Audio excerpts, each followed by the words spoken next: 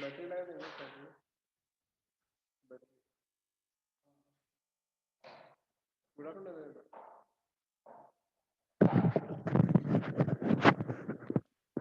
Good good afternoon afternoon sir. मेरा आवाज आ रहा है आपको? Yes sir. Okay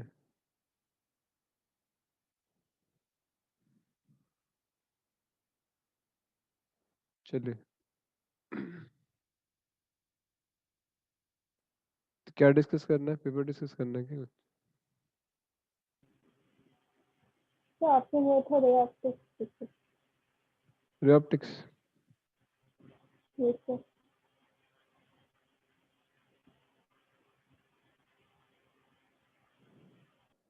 ray optics शुरू करना है हाँ सर, वही तो बोला सर। हाँ वो है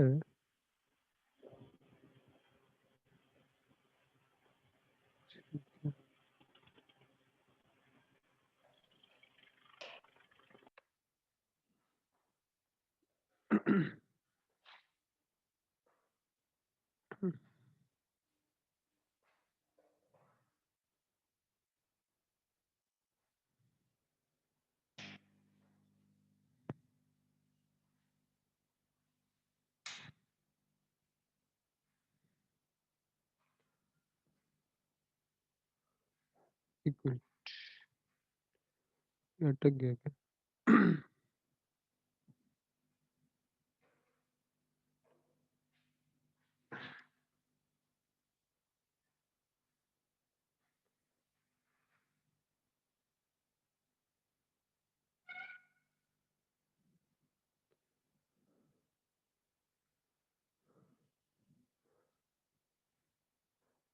अच्छा आपके मेरा नोट्स है ऑप्टिक्स का रे ऑप्टिक्स नो सर, हम्म नहीं है सर। नहीं है क्या? अरे लास्ट ईयर रिवीजन में कर रहे थे ना? नहीं है क्या? नहीं सर, वो वाले सर मैंने हटा दिया था फोन से। ओ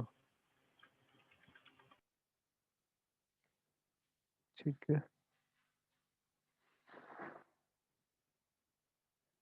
चलो ठीक है बताइए फिर क्या होता है रे ऑप्टिक्स क्या होता है? कुछ याद है?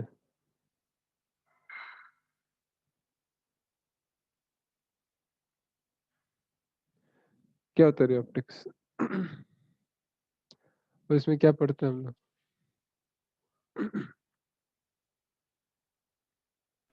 तो आवाज सुनाई नहीं दे रहा है। आवाज नहीं आ रहा है मेरा? तो सर आवाज बहुत धीरे आ रहा है, मतलब समझ आ रहा है क्या बोले तो, लेकिन अच्छे से नहीं सुनाई दे रहा। जोर से नहीं। इससे एक मिनट अभी आ रहा है आवाज? ये सभी आ रहा है क्या? हाँ सर, अब ठीक है। ठीक है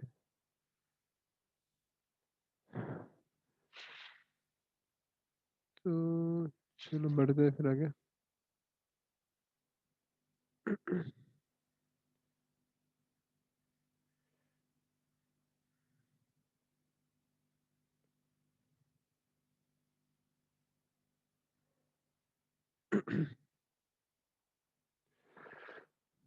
सो आपके लैंग्वेज में बताइए ऑप्टिक्स क्या होता है? क्या पढ़ते हैं इस चैप्टर में हम लोग?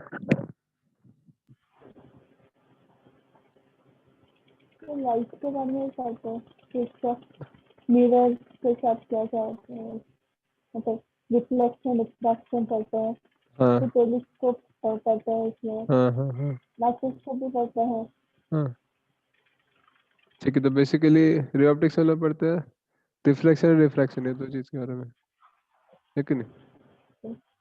तो रिफ्लेक्शन में यस क्या है बेसिक हमारा लॉ ऑफ रिफ्लेक्शन होता है कि जो भी लाइट इंसिडेंट है हमारा it will get reflected like this so if the angle of incidence is I angle of reflection is R ये हमारा नॉर्मल होता है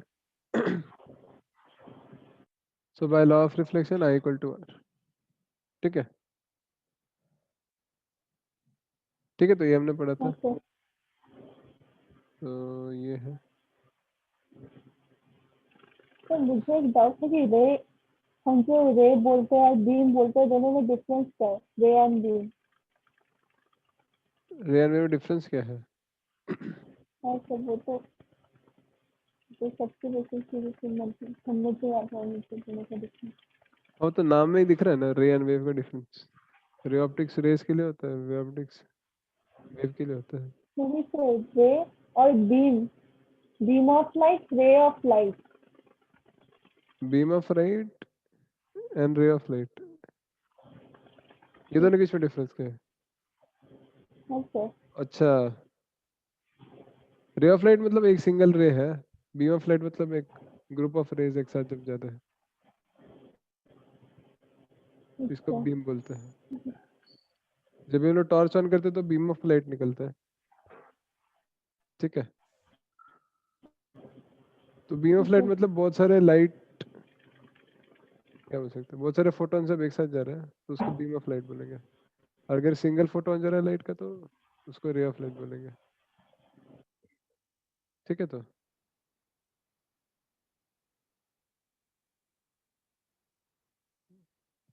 ओके। हाँ सर। अरे गायत्री कहाँ से आ गया अभी?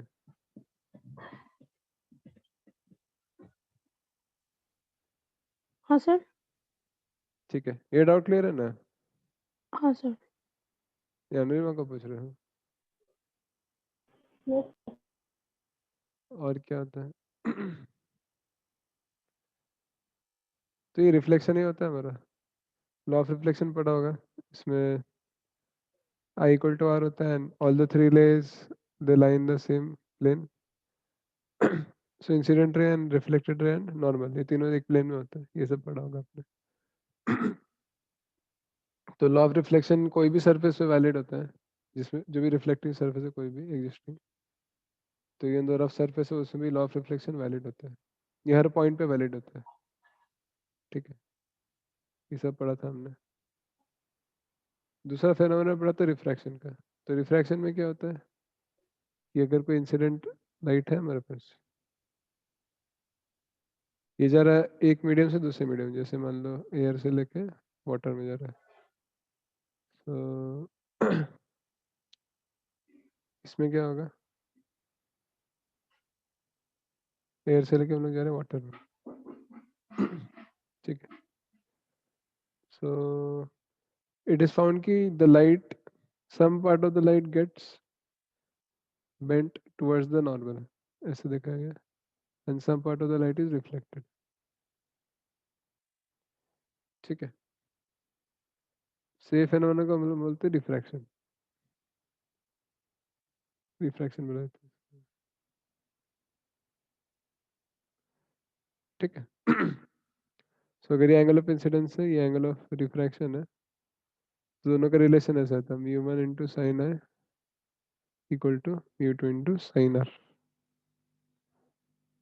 ठीक है। इसको स्नेल्स लॉ बोलते हैं। Now whenever light comes from one medium to another medium, ठीक है, तो बहुत कुछ चेंज होता है। सो हम लोग लिख सकते हैं μ2 बाई μ1, इसको लिख सकते हैं हम लोग C1 बाई C2, या V1 बाई V2 लिख सकते हैं, V1 बाई V2, इसको लिख सकते हैं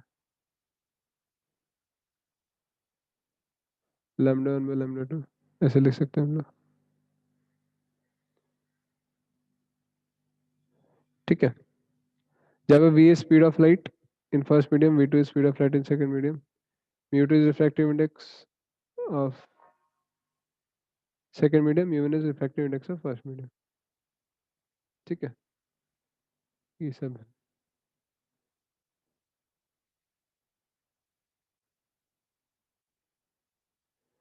ठीक है, ये सब हो। So इसमें एक चीज इंपॉर्टेंट, चलो आप ही लोग बताइए, कौन सा प्रॉपर्टी ऐसा होता है लाइट का चेंज नहीं होता है फर्स्ट मीडियम से सेकंड मीडियम जाने पर? फ्रीक्वेंसी। हाँ, frequency remains constant, because frequency सिर्फ सोर्स पे डिपेंड करता है। फ्रीक्वेंसी सेम है तो और कौन सा प्रॉपर्टी सेम है लाइट का, कोई बता सकता है? Time period. Time period, time period तो वेव का है, और टाइम पीरियड है।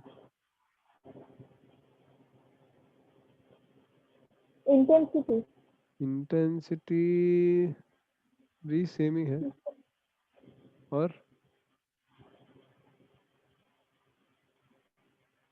क्या बोल सकते हैं?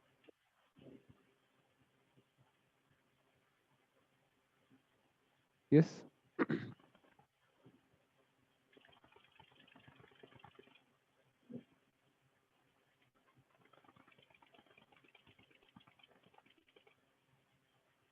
एक और चीज होता है, कलर सेम रहता है। So if frequency is same, that means color is also same. ठीक है, तो ये हमारा रिफ्रैक्शन हो गया। या तो क्लियर है सब लोगों का? yes sir हाँ सर। यही है relation mu1 mu2 v1 v2। जब रिफ्रैक्टिव इंडेक्स ज्यादा है वहाँ पे स्पीड कम होगा, जब रिफ्रैक्टिव इंडेक्स कम है वहाँ पे स्पीड ज्यादा होगा।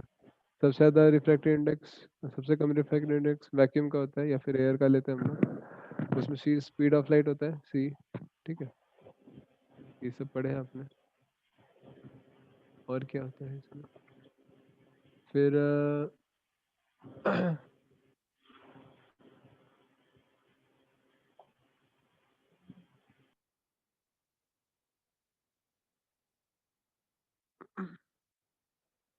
इसमें भी क्या है दिस, ये अगर मोनोक्रोमेटिक लाइट है तो ऐसा होता है। अगर वाइट लाइट है, इफ यू वाइट लाइट, तो इसमें लाइट सारे कलर्स का प्रेजेंट होता है, red blue green yellow orange. ठीक है, एंड सबका रिफ्रैक्टिव इंडेक्स अलग अलग होता है डिपेंडिंग ऑन द वेवलेंथ। सबका रिफ्रैक्टिव इंडेक्स अलग अलग होता है। तो जब भी लाइट पास होगा एक जगह से दूसरी जगह पे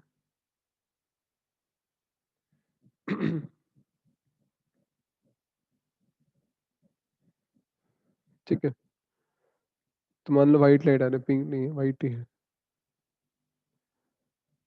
तो जो ब्लू लाइट है वो ऐसे होगा थोड़ा सा, जो रेड लाइट है वो थोड़ा ऐसे होगा, दोनों डिविएट होंगे। राइट, सो ओरिजिनल पाथ हमारा ऐसे था लाइट का, this is the deviation of red light and ये हो गया हमारा डिविएशन ऑफ ब्लू लाइट। ठीक है, so as refractive index of blue will be greater than refractive index of red color, light of red color. So that is why deviation of blue is always greater than deviation of red, कोई भी case में। जब भी light एक medium से दूसरे medium में जाएगा व्हाइट लाइट, तो ब्लू लाइट का डिविएशन हमेशा ज्यादा होता है रेड लाइट से। ये भी एक फेनोमेनन है, पता होना चाहिए। ओके, याद है, क्लियर है तो सबको? हाँ सर। ये हो गया व्हाइट लाइट। और क्या है इसके बाद?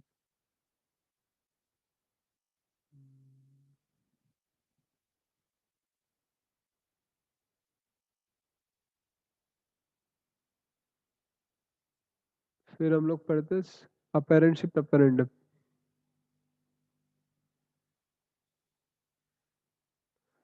तो अपैरेंट शिफ्ट में क्या होता है, अगर आपके पास एक ऑब्जेक्ट रखा हुआ है,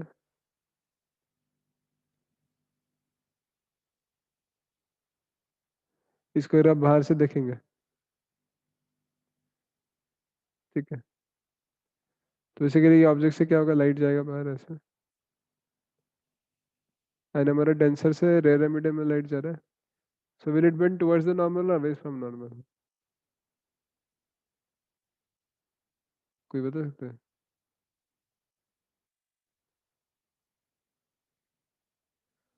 when light goes from denser medium to rare medium, तो नॉर्मल के पास जाएगा कि दूर जाएगा?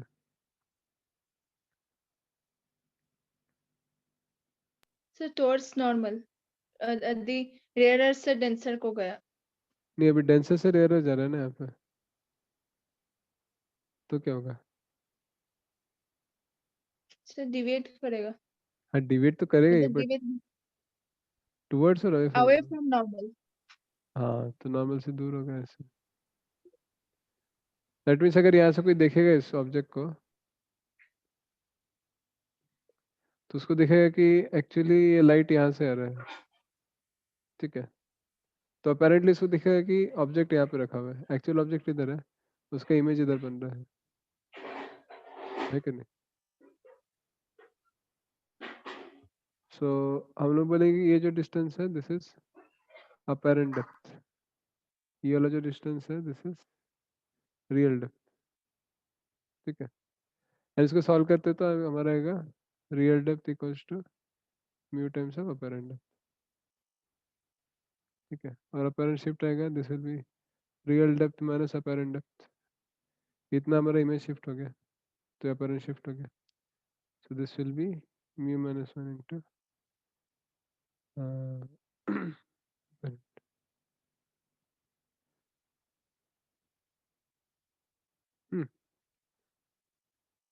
या इसको लिख सकते हैं real depth into 1 minus 1 value. इसे फॉर्मूला पता है ना आप लोगों को, पहली बार देख रहे हैं क्या? समझ जानी तो ये सब, ये समझ में Gayatri yes sir.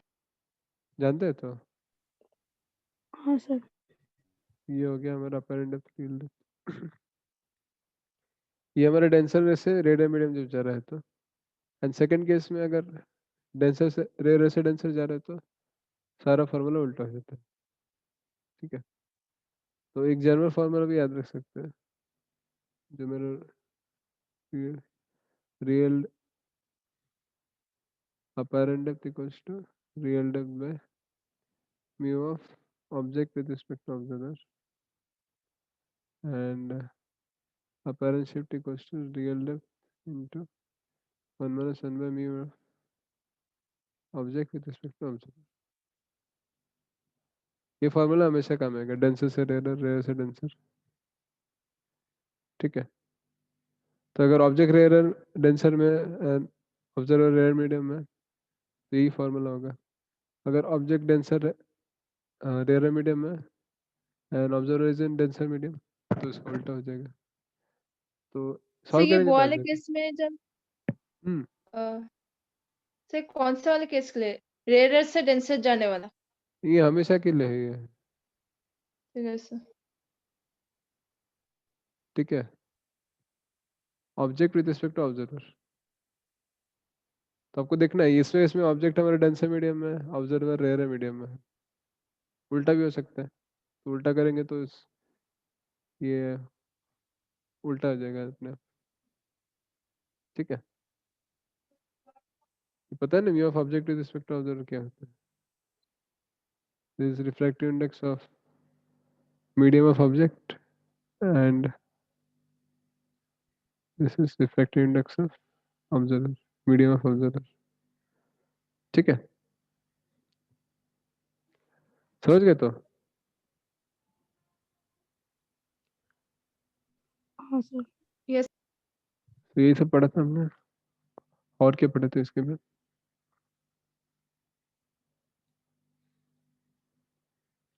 Anything else?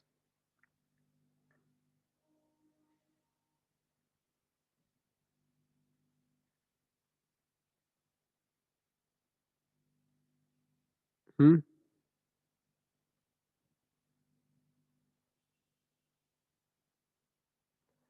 ये पढ़े थे, उसके बाद क्या होता है?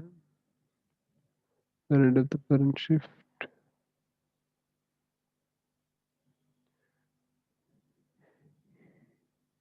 इतना ही है।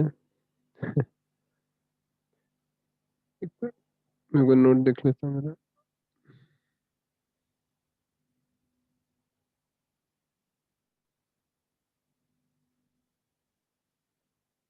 हम्म,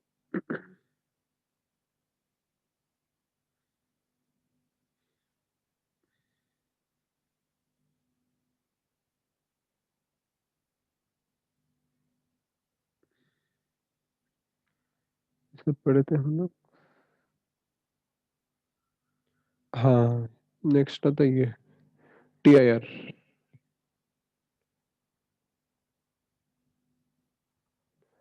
तो TR में क्या बढ़ाता है, फटाफट करते हैं। सपोज हमारा पानी है, पानी में एक तो ऑब्जेक्ट रखा हुआ है आपका, ठीक है, ये नॉर्मल अच्छा है।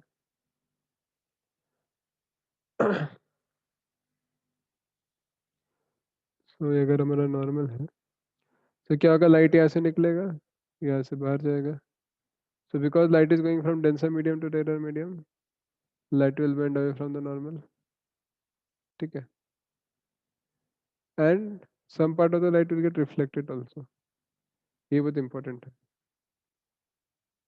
जनरली 90% होता है, ये बहुत ज़्यादा होता है, ये 10% मान सकते हैं, ठीक है। सो ये पहली चीज़ तो बच्चों को पता होता नहीं है, लगता है कि पूरा लाइट बाहर जा रहा है, पता ऐसा नहीं होता है। Some part of the light is reflected and most part of the light is reflected outside, ठीक है। नेक्स्ट उसके बाद अगर हम लोग थोड़ा और दूर देखेंगे तो लाइट और बेंड होगा नॉर्मल से दूर, एंड ये भी लाइट ऐसे होगा। This is 90% of the light, this is 10% of the light. और अगर दूर देखेंगे ना तो इसमें क्या होता है, इसमें लाइट इतना बाहर इतना बेंड हो जाता है कि it starts to graze the surface, ठीक है। एंड इसके आगे और भी अगर आगे देखेंगे हम लोग,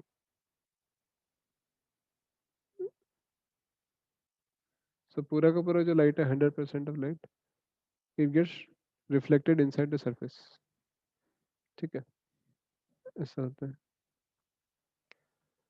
सो ये जो कंडीशन है, दिस इज क्रिटिकल कंडीशन, ये जो ब्लू कलर का है,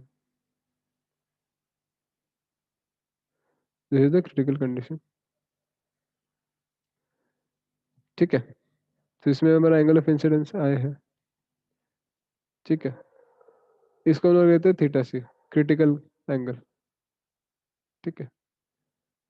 सो हम लोग लिख सकते हैं when angle of incidence i equals to critical angle theta C, the angle of refraction is how much, ये एंगल ऑफ रिफ्रैक्शन हो गया which is 90 degrees,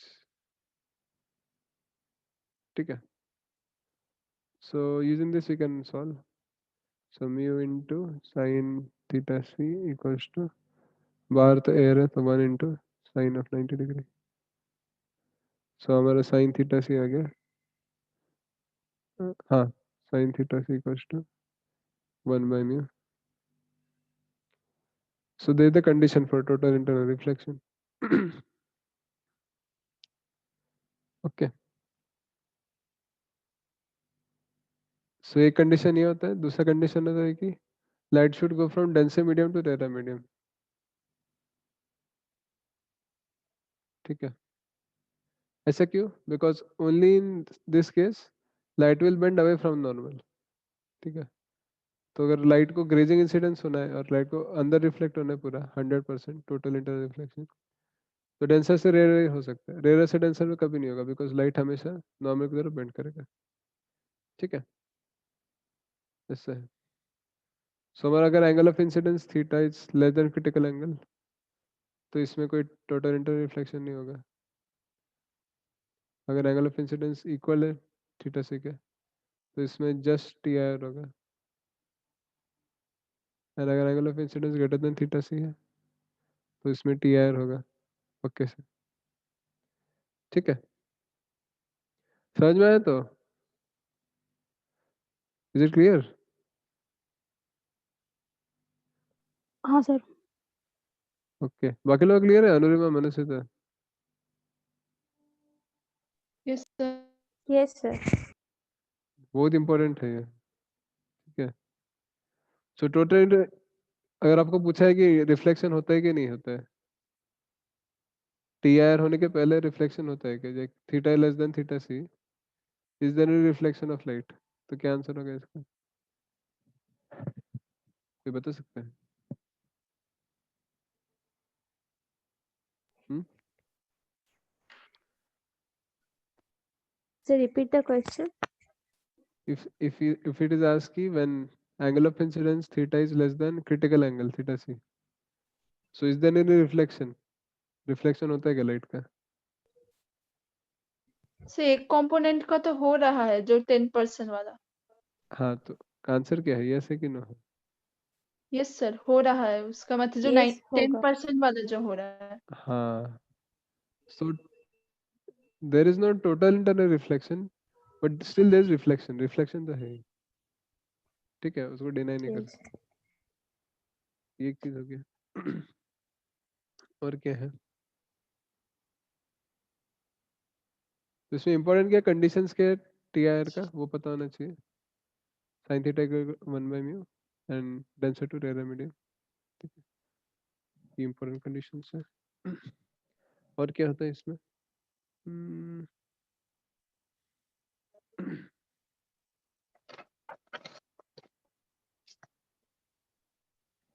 prism, prism पता है ना सबको?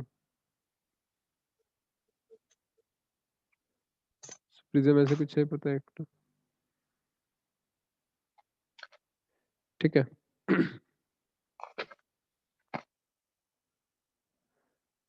सो इसमें अगर लाइट इंसिडेंट है हमारा, and you want the condition for minimum deviation. ठीक है, minimum deviation. So minimum deviation condition क्या होता है?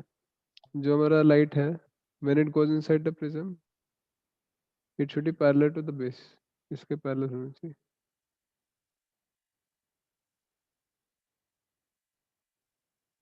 तो ये हमारा कंडीशन ऑफ मिनिमम डेविएशन होता है। सो इसको सॉल्व करेंगे तो हमारा म्यू आता है sine of a plus D by two divide by sine of a by two, जहाँ पे a क्या होता है, this is the a angle, इसको हम लोग बोलते हैं एंगल ऑफ प्रिज्म। जनरली छोटा ही होता है बहुत। ठीक है, सर सेकंड ऊपर वाले में क्या? सर न्यू इक्वल साइन और a plus D by A two. Plus D by, ठीक है सर। ये कब वैलिड है? मिनिमम डेविएशन कंडीशन में उसमें। ठीक है, and if the angle of prism is very very small,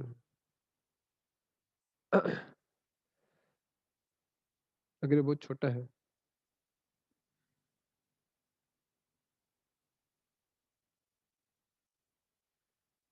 then हम लोग क्या लिख सकते हैं? If a is very very small, इसको सॉल्व करेंगे तो जो हमारा डिविएशन आता है d, this comes out to mu minus 1 into a। Generally आपके इस क्वेश्चन में यही पूछता है, जब थिन प्रिज्म बोलते हैं इसको, when angle of prism is very small, that time उसका डिविएशन कितना है। ठीक है, एंड इसके बेस पे ही आता है थिन प्रिज्म इन मिनिमम डेविएशन कंडीशन। ठीक है, याद तक समझ में आ गया? तो हाँ सर। सही है।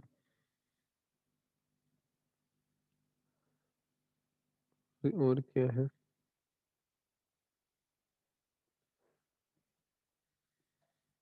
अच्छा, ये बात बताओ,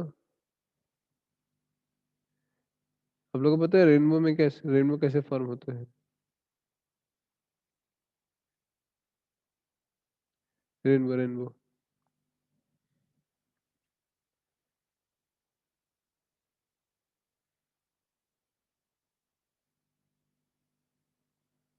यस, कोई बता सकता है?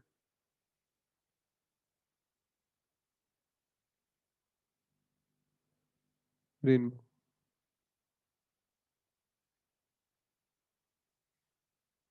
कैसे फॉर्म होता है? रेनबो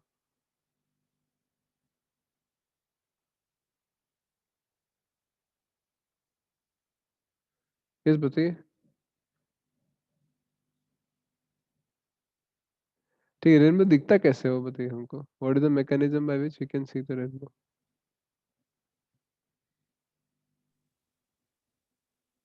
सर रेनबो में वो वाटर ड्रॉपलेट्स में टोटल इंटरनल रिफ्लेक्शन के कारण से, अच्छा, तो इसलिए वो मतलब हमें रेनबो क्योंकि वो रिफ्लेक्ट होने के बाद आता है, इसलिए हमें रेनबो हर वक्त जिस तरफ सूरज है यदि उस तरफ हमारा बैक हो तब हमें दिखता है। अच्छा, ठीक है। सो दो प्रकार का रेनबो होता है, एक प्राइमरी होता है और एक सेकेंडरी होता है। तो दोनों डिफरेंस क्या है?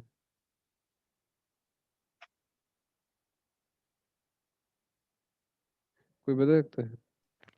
Secondary rainbow में it undergoes two internal reflections and the order of the colors is opposite. Its red will be at bottom and violet will be at the upward. उल्टा होता है। और प्राइमरी में विबग्योर होता है। अच्छा, इसमें कितना इंटर रिफ्लेक्शन होता है?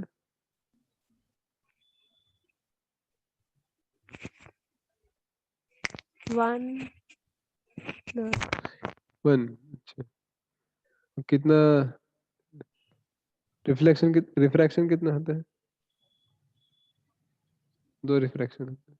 दो reflection. इसमें कितना होता है? 2 total inter reflection and 2 refraction. ठीक है। एंगल ऑफ इंसिडेंस का रेंज भी पता होगा तो अच्छा रहता है। इसका रेंज होता है हमारा करीब करीब 40 से लेके 42 डिग्री, एंड इसका होता है 50 डिग्री से लेके 53 डिग्री। ठीक है, ये एंगल ऑफ आई साइट पे थोड़ा सा से आपने जो बोला अभी 42 डिग्री, ये सब क्या है sir? This is the angle of I site with the horizon. हमारा होराइजन ऐसे रहता है ना, इसका क्या एंगल है? ये एंगल थीटा है। ठीक है, समझ में गया? Yes sir. बाकी लोग क्लियर है? तो मनुष्य तक गायत्री, Yes, हाँ sir. सर। तो ये पढ़ा था हमने, ऐसे रेनबो वगैरह बनता है।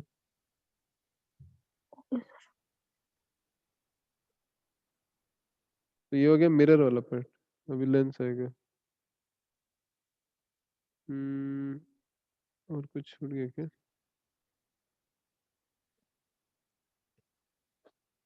अच्छा, एक बात बताओ,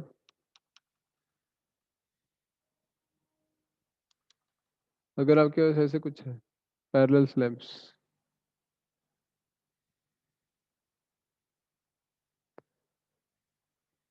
और इसमें हमारा व्हाइट लाइट इंसिडेंट है, ऐसे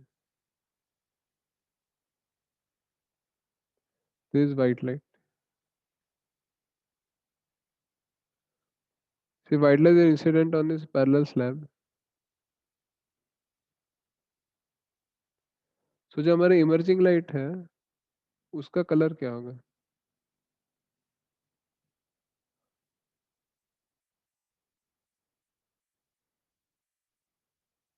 what is the colour of emerging light?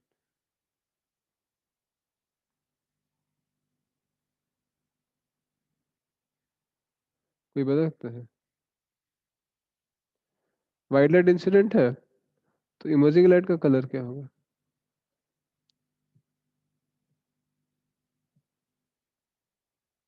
तो ये पैरेलल स्लैब है।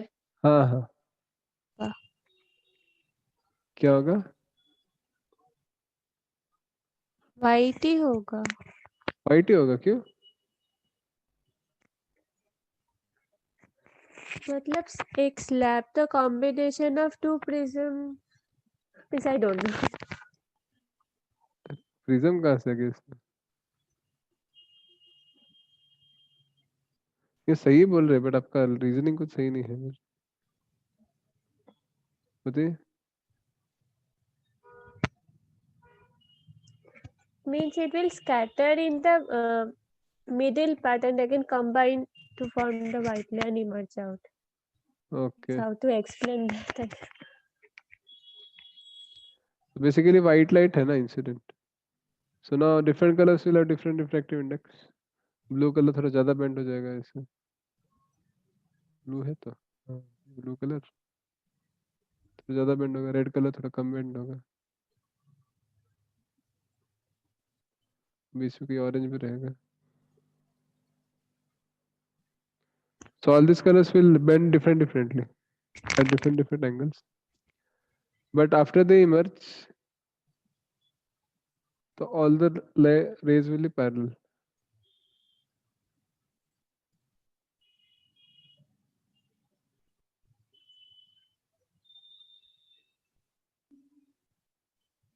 ठीक है.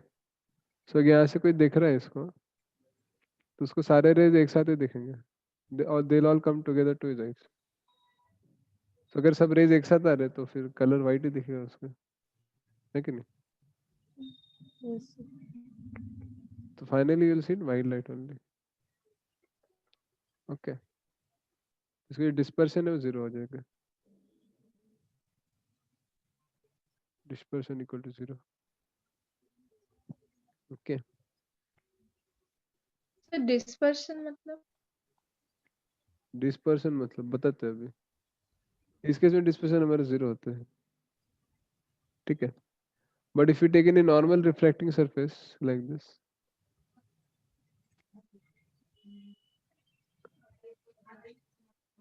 इसमें हमारा white light incident है suppose.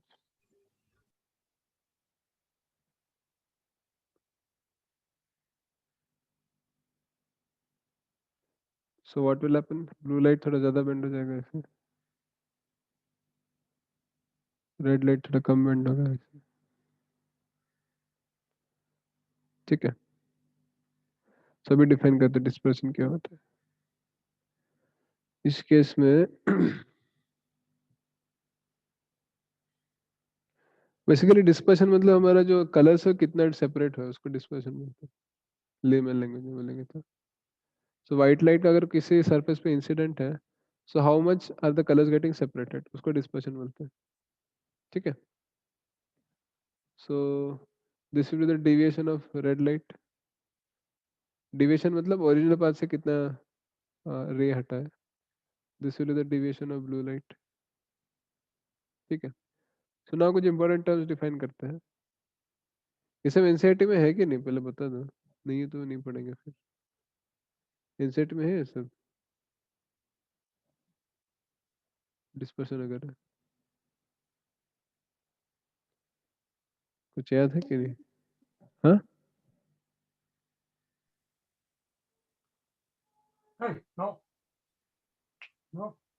इस गायत्री अनुरिमा हाँ सर.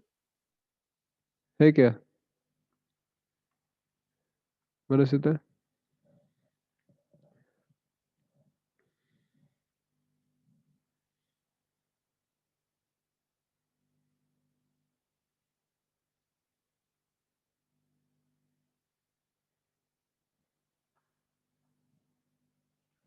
चेक कर रहे क्या? देख लो एक बार.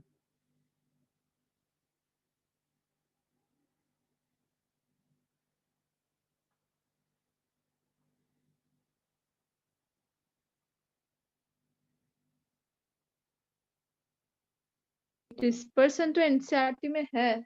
हम्म.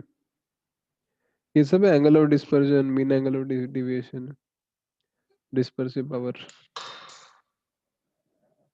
सर लेकिन पीआईक्यू में पूछे, मुझे एनसीईआरटी में अभी दिख नहीं रहा सर, लेकिन प्रीवियस ईयर क्वेश्चन कुछ कुछ क्वेश्चंस में है. अच्छा, ये एनसीईआरटी में तो नहीं पूछेंगे एग्जाम में, शुगर है. सर लेकिन मैं एआईपीएमटी की ही पीवाईक्यू की बात कर रही हूँ सर. हाँ,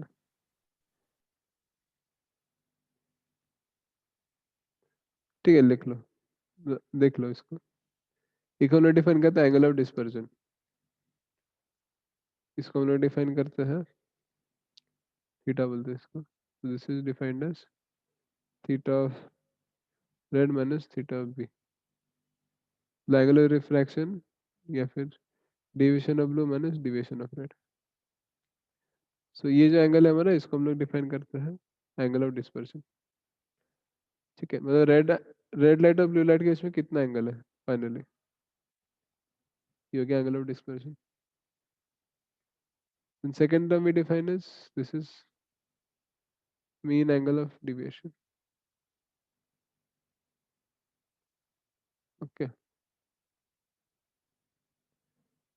तो इसको हम लोग डिफाइन करते हैं डेल मीन एंड इसका mean angle of deviation this is defined as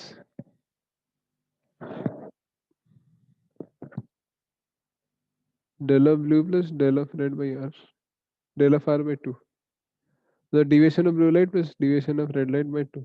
ऐसे ऐसे डिफाइन करते हैं एंड जनरली होता है deviation of red yellow light because yellow बीच में आता है एकदम, तो इन दोनों के बीच में कोई येलो लाइट होगा, है ना?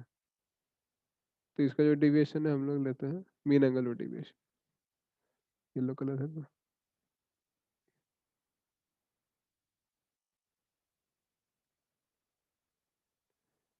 इसको हम लोग बोलते हैं डेल मीन,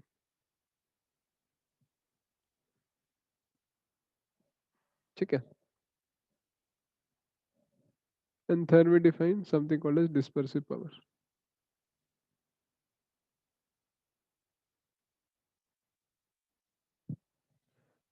तो इसको हम लोग बोलते हैं omega, this is defined as theta by del mean या डेल वाई,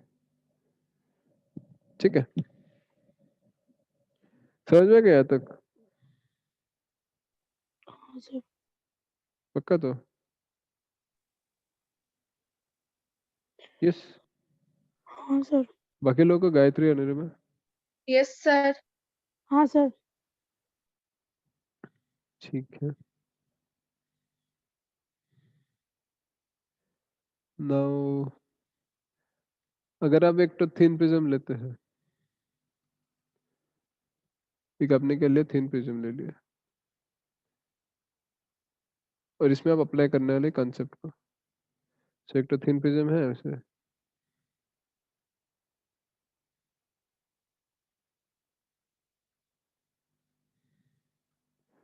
इसमें क्या दिया आपको, white light is incident like this suppose,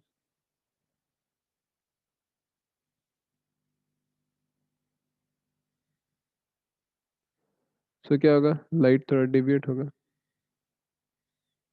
तो रेड लाइट थोड़ा डिविएट होगा ऐसे, ब्लू लाइट होगा बहुत ज़्यादा डिविएट,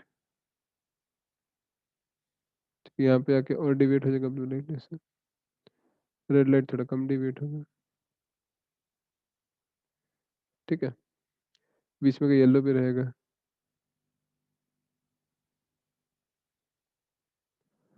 होगा तो ऐसे, फिर होगा कि नहीं? हाँ सर। Yes sir. सो अगर हमारा ओरिजिनल पाथ ऐसा है लाइट का,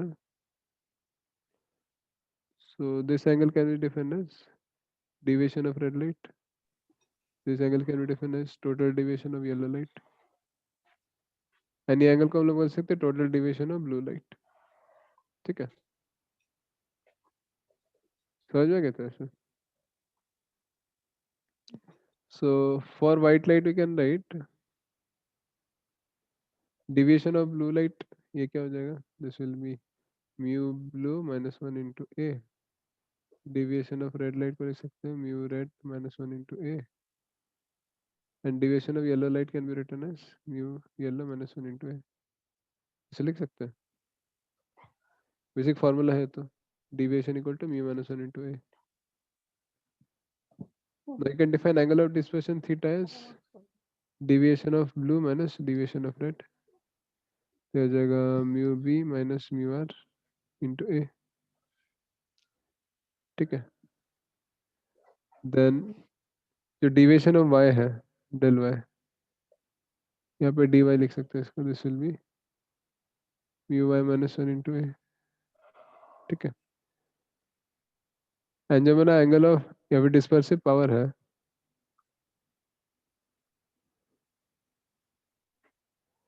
ये लिखते हैं लोग थीटा में dy, तो हो जाएगा mu b minus mu a mu r by mu y minus 1, ठीक है।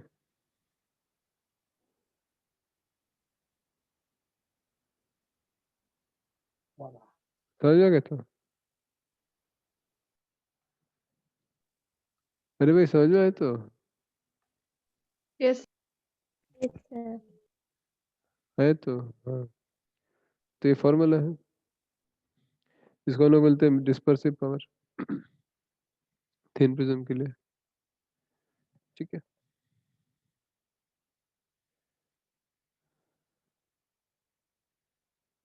ये सब हो गया।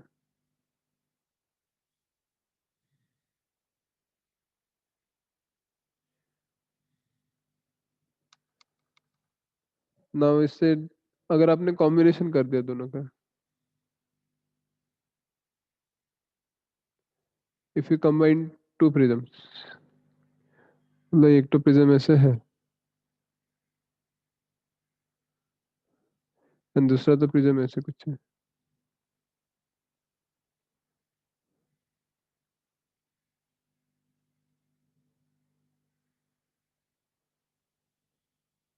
इसका जो एंगल है ये A1 है, इसका जो एंगल है A2 है।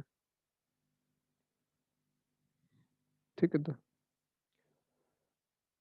तो वही कहानी, लाइट आएगा, रिफ्रैक्ट होगा थोड़ा बहुत, फिर यहाँ से यहाँ निकलेगा, फिर यहाँ भी रिफ्रैक्ट होगा नॉर्मल की तरफ, फिर से नॉर्मल के पास जाएगा, यहाँ पे दूर जाएगा ऐसे। ठीक है, सो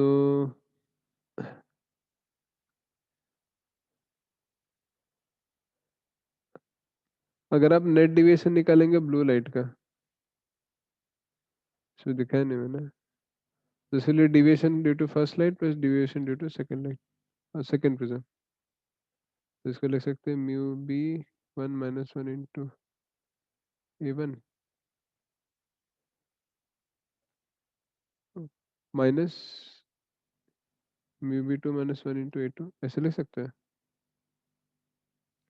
अब जगह से माइनस क्यों कर दिया, प्लस होना चाहिए ना, दोनों का डिविएशन ऐड होना चाहिए।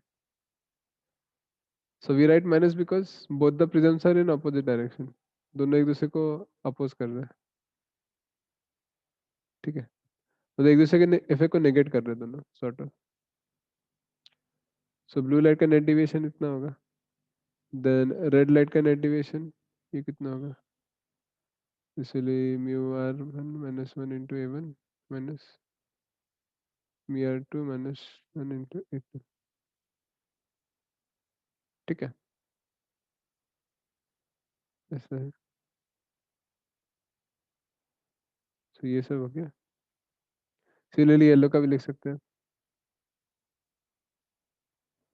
ओके, ना कुछ स्पेशल केसेस है, ये बहुत इम्पोर्टेंट है।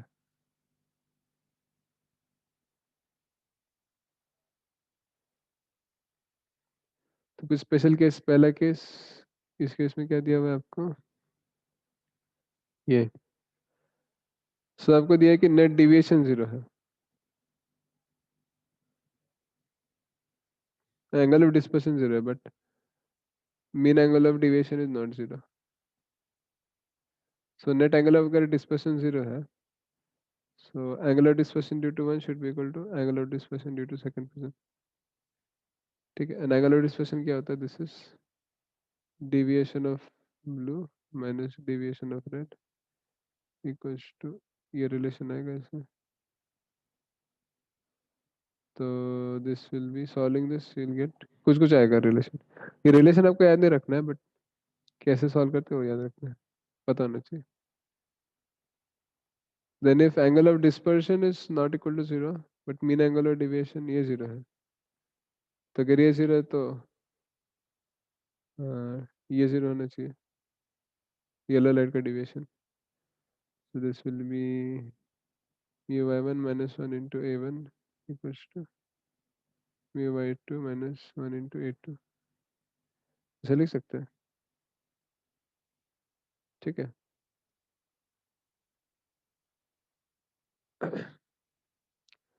समझ में आ गया तो क्या हो रहा है हाँ सर। बाकी लोगों को? Yes okay, Manoj is this clear?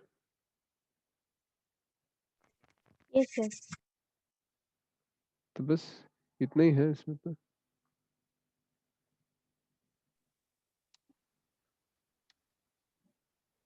सो ये क्या मेरा फर्स्ट पार्ट ऑप्टिक्स का।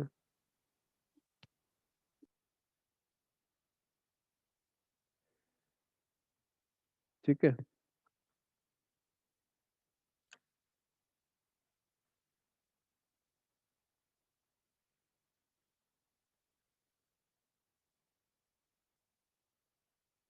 कुछ डाउट तो नहीं है इसमें अभी?